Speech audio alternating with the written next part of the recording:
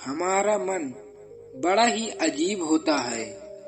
वो चाहता है कि अगर हमारे जीवन में सुख नहीं आ रहा है तो दुख भी ना आए, लेकिन ये हमेशा भयभीत रहता है आने वाले समस्याओं को लेकर, जो घटित हो या ना हो, लेकिन ये उनको लेकर बड़ा ही चिंतित रहता है कि जैसे अगर घर का कोई भी सदस्य किसी काम पर गया हो और उसे आने में थोड़ी सी देरी हो जाए तो हमारा मन इतना भयभीत हो जाता है कि इसके अंदर अनेकों विचार उत्पन्न होने लगते हैं और अधिकांशतः ये नकारात्मक ही होते हैं। जैसे कि कहीं उसे कुछ हो तो नहीं गया, वो कहाँ होगा, क्या कर रहा होगा, क्या उसे मदद की जरूरत है।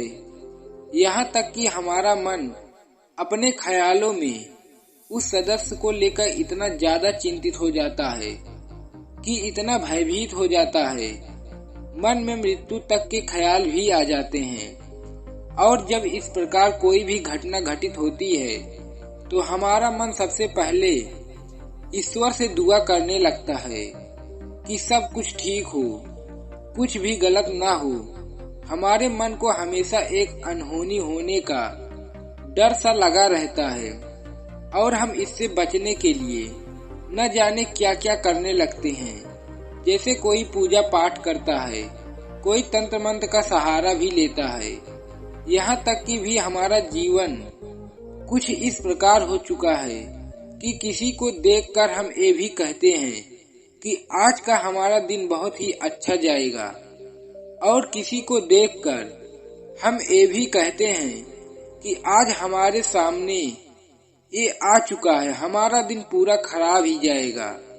लेकिन हम ये भूल चुके होते हैं कि हम जिस पर विश्वास करते हैं वही हमारे लिए सत्य हो जाता है। आपका अपना विश्वास ही झूठ को सत्य दिखाता है और इसे ही कहा जाता है कि आंखों पर पट्टी बांधना, क्योंकि हमने सच के बारे में नहीं जाना।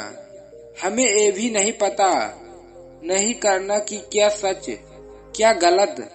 हमें तो बस उस पर विश्वास करना है जो लोग कह रहे हैं, जो हमारा मन कह रहा है। लेकिन हमें सच के बारे में जानना बिल्कुल जरूरी नहीं लगता। तो दोस्तों, आज की इस कहानी के माध्यम से हम यही जानने वाले हैं कि क्या कभी कोई चीज अनहोनी या फिर भाग्यशाली होती है। ये कहानी बहुत पहले की है। किसी नगरी में एक गांव था और पहले के गांव बहुत ही छोटे हुआ करते थे। उस गांव में अकाल पड़ा था, सूखा पड़ा था। देखते देखते कई साल बीत गए। बादल आते और चले जाते, लेकिन उस गांव में वर्षा नहीं होती। उस गांव के सभी लोग यह सब देखकर बड़े ही चिंतित हो गए थे, बड़े परेशान हो गए थे। उन्होंने कई सारे उपाय किए, पूजा अर्चना भी करवाए, यहाँ तक कि भी तंत्र मंत्र का भी सहारा लिया, लेकिन उस गांव में वर्षा नहीं हुई। गांव वालों को ये लगने लगा कि शायद हमारे गांव पर कोई श्राप है, जिसका कारण यहाँ पर वर्षा नहीं होती।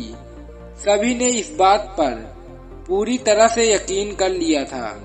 सभी ने हार मान ली थी कि उसी समय उस गांव के एक घर में एक छोटी सी बच्ची का जन्म हुआ, और जब उसके पिता ने उस बच्ची को अपने हाथों में लिया और उसे लेकर घर के बाहर निकलकर गांव वालों को जोर जोर से चिल्लाकर ये बताया कि मेरे घर बेटी का जन्म हुआ है, तभी अचानक वहां पर बादल मंडराने लगे और जोरों से वर्षा होने शुरू हो गया। यह देख सारे गांव वाले खुशी से नाच उठे, वो झूमने लग गए। तभी गांव वालों ने मिलकर उस लड़की का नाम भाग्यशाली रख दिया और सभी लोग उस लड़की को गांव की देवी मानने लगे। गांव का कोई भी शुभ काम हो उस लड़की से ही प्रारंभ किया जाता था। इसी प्रकार धीरे धीरे समय बीतता गया और धीरे धीरे वह लड़की अब बड़ी होने लगी।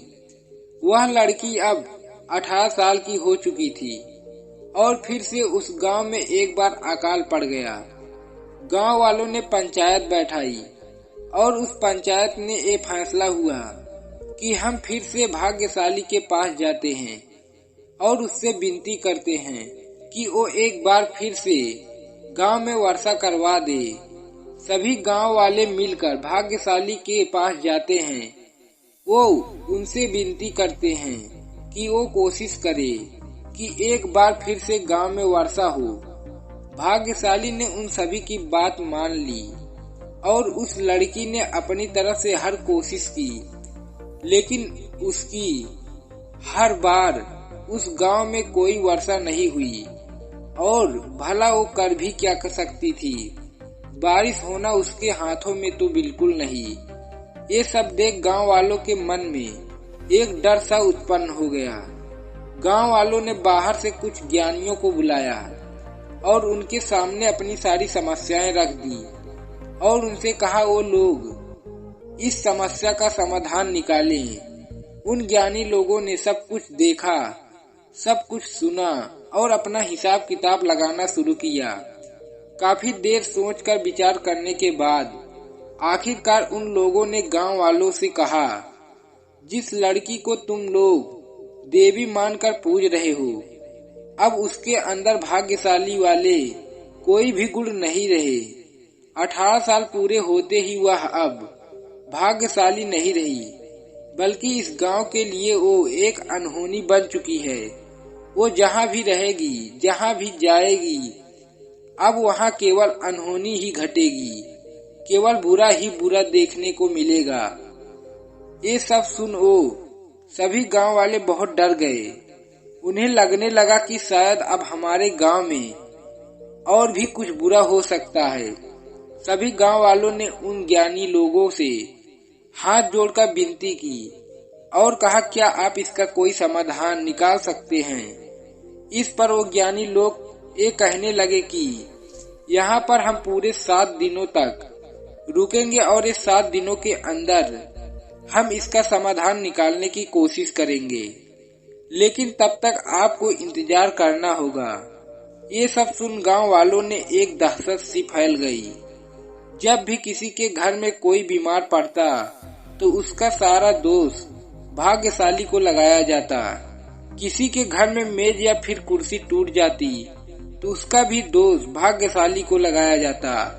यहाँ तक कि भी कोई बर्तन भी गिर जाता तो ऐसा कहा जाता था कि ये सब कुछ उस अनहोनी ने किया है। गांव के लोगों के मन में इतना डर हो चुका था कि गांव में कुछ भी घटना घट जाती तो इसका दोष, इसका सारा श्रेय भाग्यशाली के सर पर उमड़ देते थे। अब तो यहाँ तक बात आ चुकी थी कि जब भी कोई भाग्यशाली का चेहरा भी देख लेता तो वह यही कहता था कि आज का सारा दिन बेकार हो जाएगा और आज कुछ न कुछ अनहोनी घटना अवश्य घटेगी। इसी प्रकार धीरे धीरे 7 दिन बीत गए। उन ज्ञानी लोगों ने 7 दिन बाद गांव वालों से कहा कि हमें समस्या का समाधान निकाल लिया है और इसके 2 तरीके हैं। पहला, आपको उस अनहोनी लड़की यानी उस भाग्यशाली को गांव से धक्के मारकर निकाल दो, जिससे आपके गांव में वापस से खुशहाली आ जाएगी, लेकिन इसमें थोड़ा समय लगेगा। और दूसरा तरीका ये है कि हमें उस लड़की की भाग्यशालिता को वापस लाना होगा, जिससे कुछ समय बाद ही गांव की काया पलट हो जाएगी। और इसके लिए उस लड़की को गांव में खुले मैदान में उसी प्रकार आना होगा जैसे वह अपने पैदा होने से पहले आई थी, अर्थात बिना कपड़ों के। गांव वालों को अपनी समस्या जल्द से जल्द सुलझानी थी। फिर उन लोगों ने ये फैसला लिया कि वो लोग दूसरे तरीकों को अपनाएंगे, यानी भाग्यशाली की भाग्यशालिता को वापस लाएंगे और उसे 5 दिन बाद खुले मैदान में बिना कपड़ों के लाएंगे। भाग्यशाली को जबरदस्ती एक कमरे में बंद कर दिया गया, जहां पर उसे खाना और पानी दिया जा रहा था। लेकिन उसे इस अवस्था में उसके माता पिता कभी नहीं देखना चाहते थे। एक दिन रात के समय उसके पिता ने उस दरवाजे को खोल दिया जहां पर भाग्यशाली को रखा गया था और अपनी बेटी से कहा कि बेटी भाग जाओ यहाँ से और वापस यहाँ पर कभी मत आना। भाग्यशाली उस कमरे से निकल गई और भागते भागते इतनी दूर चली गई कि अब उसे गांव वाले नहीं ढूंढ सकते थे। लेकिन भागते भागते वो इतनी थक चुकी थी कि उसे चक्कर आने लगा और वो बेहोश होकर वहीं पर गिर पड़ी। कुछ घंटों बाद जब उसकी आंखें खुली कि उसने देखा कि वो एक बौद्ध भिक्षुक के आश्रम में है। जैसे ही भाग्यशाली को होश आया तो उन बौद्ध भिक्षु ने उसे खाना खिलाया और फिर उससे पूछा कि भला तुम यहाँ क्या कर रही थी। इस पर भाग्यशाली ने अपने ऊपर बीती हुई सारी बातें उन बौद्ध भिक्षु को बता दी। धीरे धीरे समय बीतता गया और अब भाग्यशाली उस आश्रम का एक हिस्सा बन चुकी थी। वह एक सन्यासी बन चुकी थी।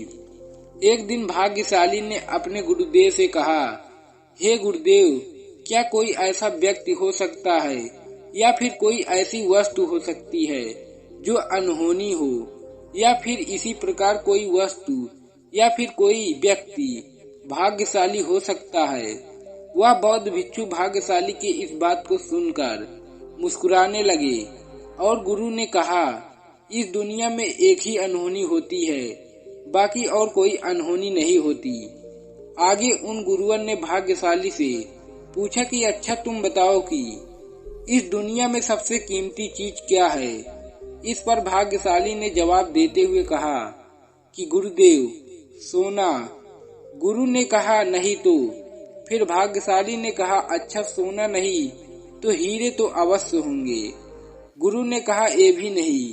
तो आगे भाग्यशाली ने कहा, अगर सोना हीरा नहीं तो इसका मतलब यही हुआ कि एक बड़ा साम्राज्य ही होगा, क्योंकि इसे चलाने के लिए एक बड़ा राजा भी चाहिए और साथ ही साथ में एक बड़ी प्रजा।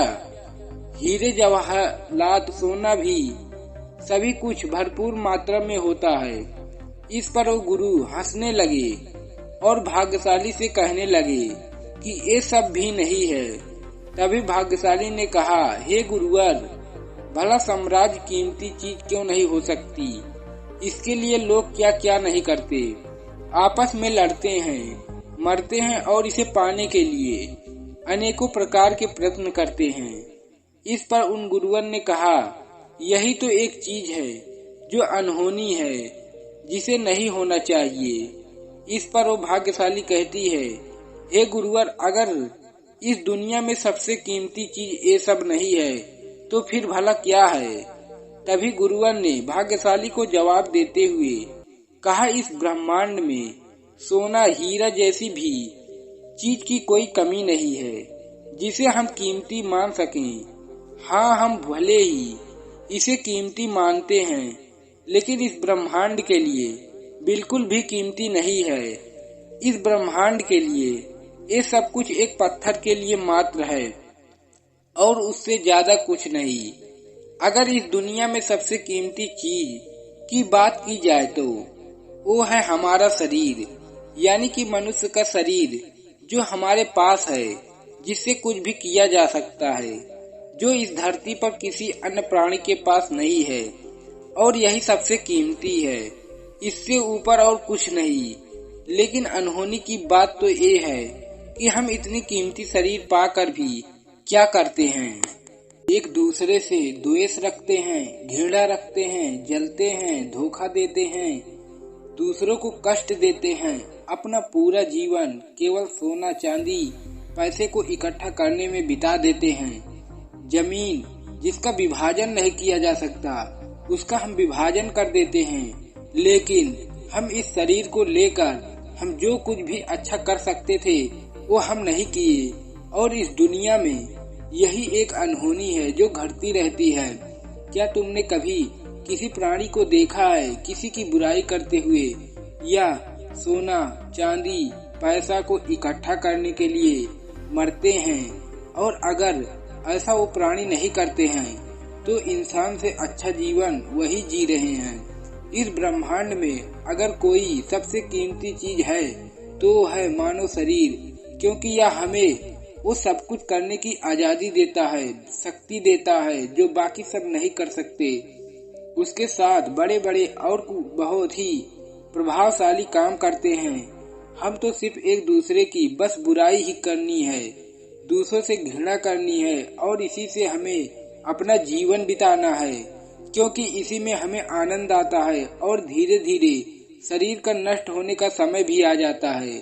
बस यही एक अनहोनी घटना है जो हमेशा घटती रहती है। गुरु से ये सब बातें सुनकर भाग्यशाली ने गुरुवर को प्रणाम किया और कहा, हे गुरुवर, मेरे गांव वाले पहले मुझे भाग्यशाली बुलाया करते थे और जब मैं उनके लिए उपयोगी नहीं रही तो उन्होंने मुझे अनहोनी बना दिया। तो मैं भाग्यशाली हूँ या फिर अनहोनी, ये मुझे समझ नहीं आ रहा है। इस पर वो गुरुवर कहते हैं, चलो मैं तुम्हें कहीं लेकर चलता हूँ। गुरु भाग्यशाली को एक घर में ले जाते हैं। उस घर का मालिक जैसे ही उन गुरुवर को देखता है वो कहता है, हे गुरुवर, ऐसे ही रोज हमारे घर पर आ जाया करिए। आप जिस दिन भी हमारे घर आते हैं उस दिन मेरे साथ कुछ न कुछ अच्छा जरूर होता है। आपका आना मेरे लिए बड़ा ही भाग्यशाली होता है। उस व्यक्ति ने गुरु और उस लड़की को भोजन करवाया। उसके बाद गुरु उस लड़की के साथ दूसरे गांव में गए। वहां पर वो एक घर में गए। वहां के मालिक ने जैसे ही गुरु को देखा उसने अपना मुंह टेढ़ा बना लिया और चिल्लाकर कहा, तुम्हें कितनी बार मना किया है कि यहाँ पर मत आया करो, क्योंकि तुम पाखंडी हो, तुम्हें किसी चीज का कोई ज्ञान नहीं है। जब भी तुम मेरे घर आते हो तो मेरा कुछ न कुछ नुकसान अवश्य होता है। यहाँ से अभी चले जाओ, तुम मेरे लिए एक अनहोनी हो। ये सब सुनकर वो गुरुवर मुस्कुरा रहे थे। तभी वह व्यक्ति कहता है, भला यहाँ खड़ा होकर क्या मुस्कुरा रहे हो, अभी की अभी यहाँ से चले जाओ। वो गुरुवर उस लड़की को अपने साथ लेकर चले जाते हैं और वापस वो पहले उस घर की ओर जाते हैं और उस मकान मालिक से पूछते हैं कि आज मैं तुम्हारे घर 2 बार आया हूँ, क्या तुम्हारा कुछ लाभ हुआ है? वो व्यक्ति कहता है, जी गुरुदेव, आज मुझे बहुत बड़ा घाटा होने वाला था, लेकिन आप आ गए, इस वजह से मुझे थोड़ा ही नुकसान झेलना पड़ा। ये सुन वो गुरुवर और वो लड़की वापस से दूसरे गांव की तरफ बढ़े जहां पर वो दूसरी बार गए थे और वह उस घर के मकान मालिक से गुरुवर ने पूछा, क्या मेरे आने से तुम्हें कोई हानि हुई थी? इस पर वह व्यक्ति चिल्लाने लगा, क्या अभी तक मेरा नुकसान कराकर तुम्हारा पेट नहीं भरा जो दोबारा चले आए हो? क्या सुनना चाहते हो? आज मुझे बहुत ही बड़ा लाभ होने वाला था, लेकिन सुबह सुबह मैंने तुझे देख लिया और मुझे बहुत ही बड़ी हानि हो गई। ये सब सुन वो गुरुवर और उस लड़की आश्रम की ओर चल पड़े। आश्रम पहुंचकर गुरुवर ने उस लड़की को कहा, अब तुम बताओ तुम्हें क्या समझ में आया? इस भाग्यशाली कहती है, हे गुरुवर, मुझे ये समझ में आ गया कि भाग्यशाली या फिर अनहोनी बाहर किसी चीज या फिर वस्तु में नहीं होती, ये तो बस हमारी सोच होती है, हमारे मन में होती है। जिसे चाहे भाग्यशाली बना दो, जिसे चाहे अनहोनी बना दो। दोस्तों, हम इस कहानी से यही सीख मिलती है, अच्छा और बुरा कुछ नहीं होता, अच्छा और बुरा आपका सोच होता है।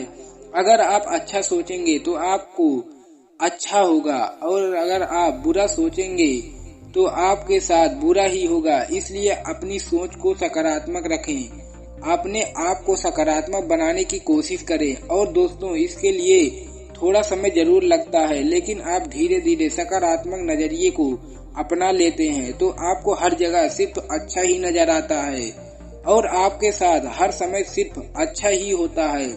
उम्मीद है आज की ये वीडियो आपको जरूर पसंद आई होगी, तो वीडियो को लाइक, अपने दोस्तों के साथ शेयर जरूर करिएगा और हमें ऐसे ही सपोर्ट करने के लिए चैनल को सब्सक्राइब और घंटी बटन को जरूर दबा दीजिएगा।